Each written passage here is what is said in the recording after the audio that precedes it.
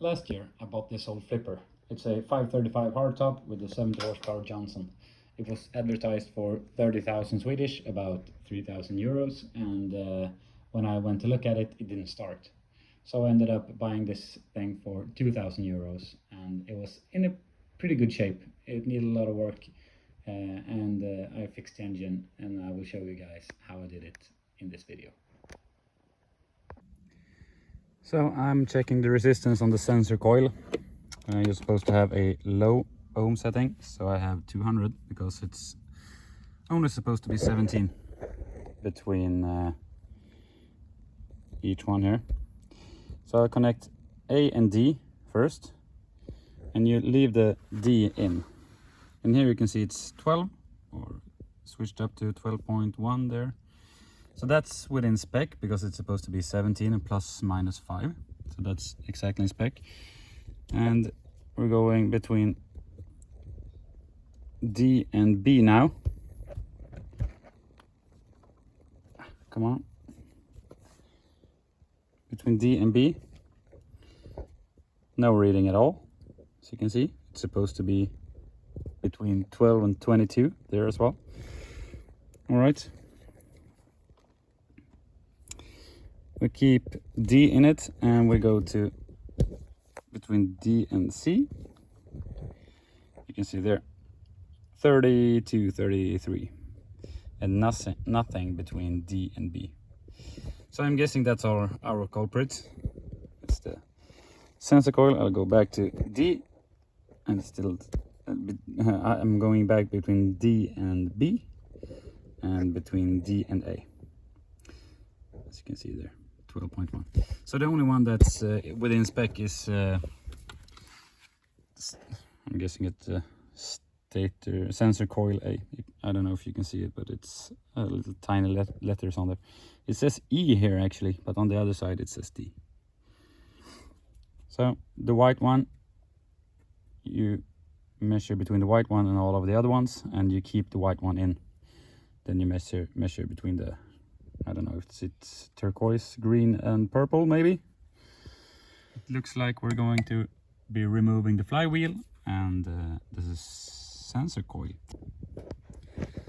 So I removed the flywheel and the stator plate and replaced the timer base or trigger.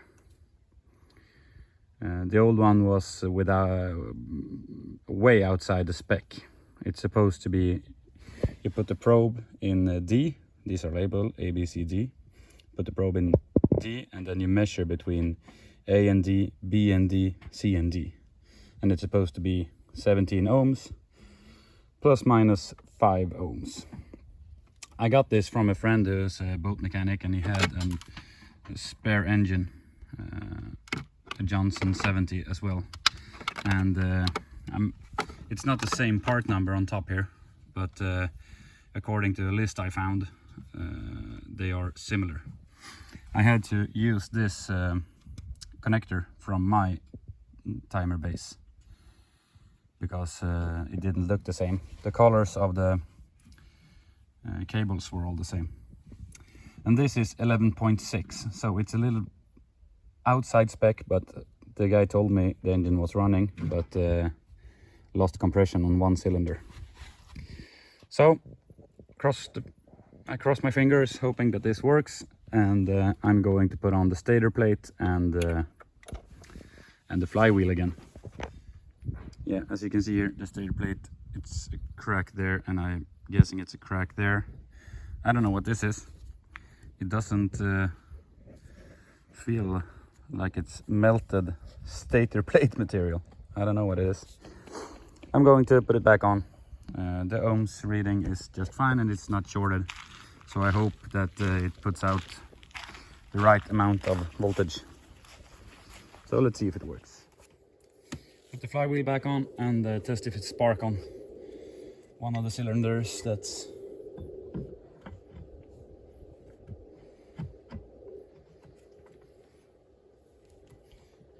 has cables to it on one of the coils.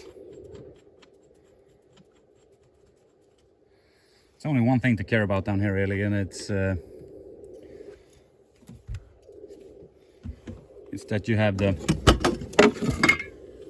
it's a key down here, and that has to be in the slot in the flywheel, so it gets placed in the right orientation. And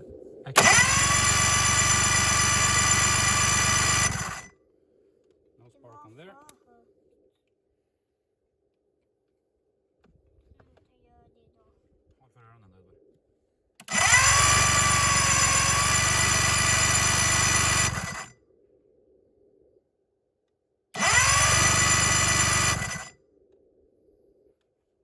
Okay, still no spark. Oh, because I'm a dumbass. Alright, take 3 then.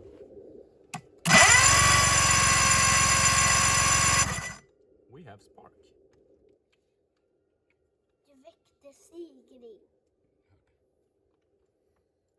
in this cylinder. Hard to see, it's so light. We have spark. Goodness gracious, I'm a happy guy.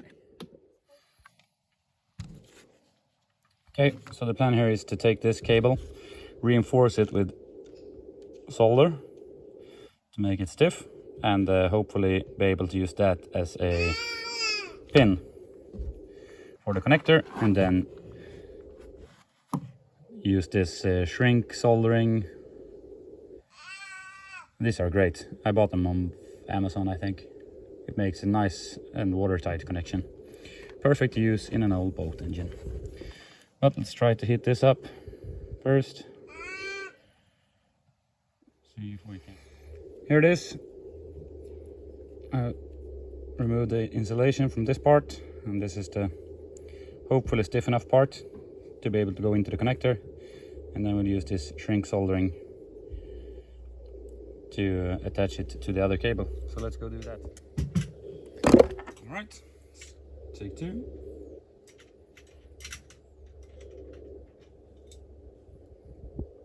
Yeah, I guess that will do. It has to. It has to. All right. Cut this back a little bit.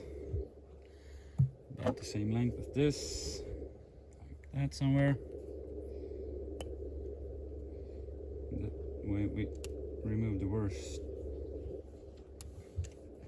part of this crusty old cable. They're always worst in the ends.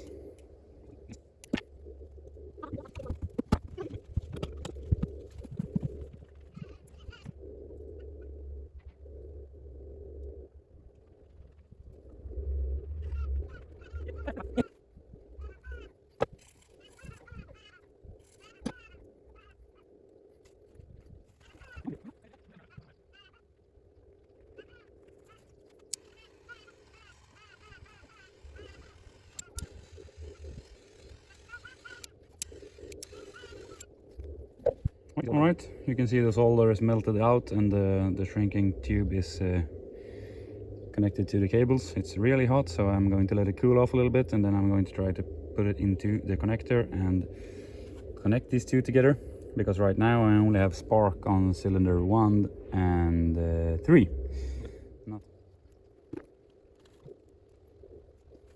Check spark on number 2 now as well.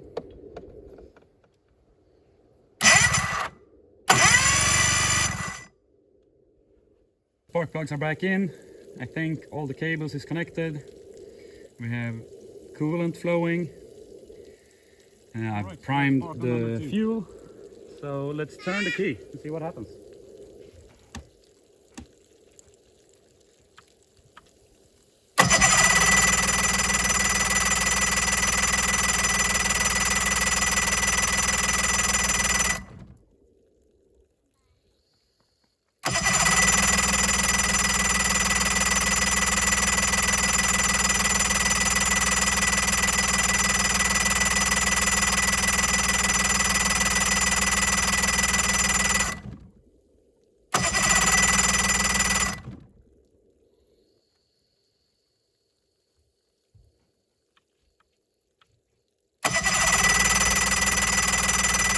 So apparently no luck starting the thing. I did some research and got thinking that maybe the ignition was wrong. Here I'm checking the ignition at idle. It's supposed to be 4 degrees and it was -5. So the ignition was wrong. I checked the position of the timer base and everything, and here I put it up at wide open throttle to check the ignition in that position as well. And that test, I'm performing that test here, and that resulted in 11 degrees. So 8 degrees too low during the whole range. So I adjusted that, and as you can see here, everything is connected. So when I adjusted the timing, the gas linkage was way off. So I had to adjust that as well, and here you can see me now trying to start it.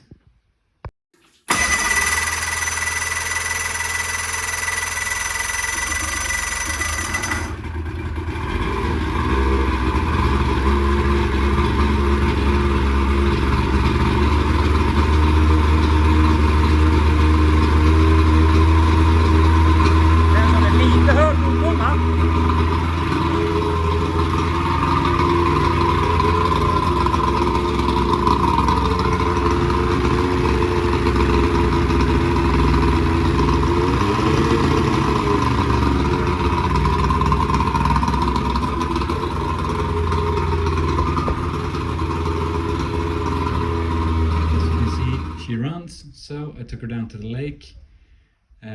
It's a very nice summer evening with a lot of mosquitoes out. You can see them in front of the camera.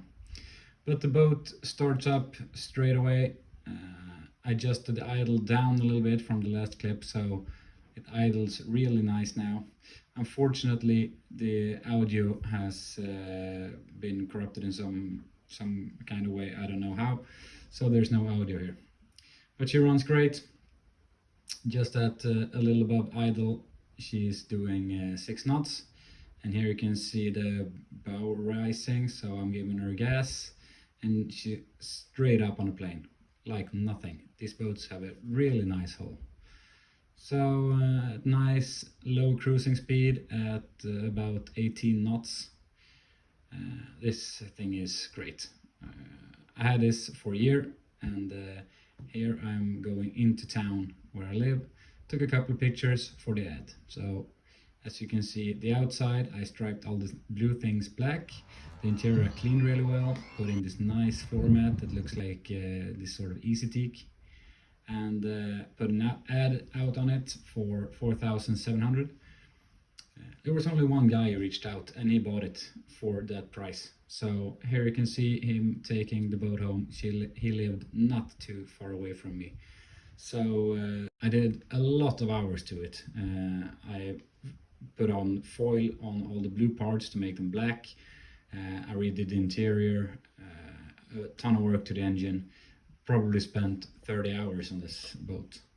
But it only ended up costing me about 2,500 euros purchase and 500 euros in parts, so 2,500 in total. And I sold it for 4,700, so that was a very good deal.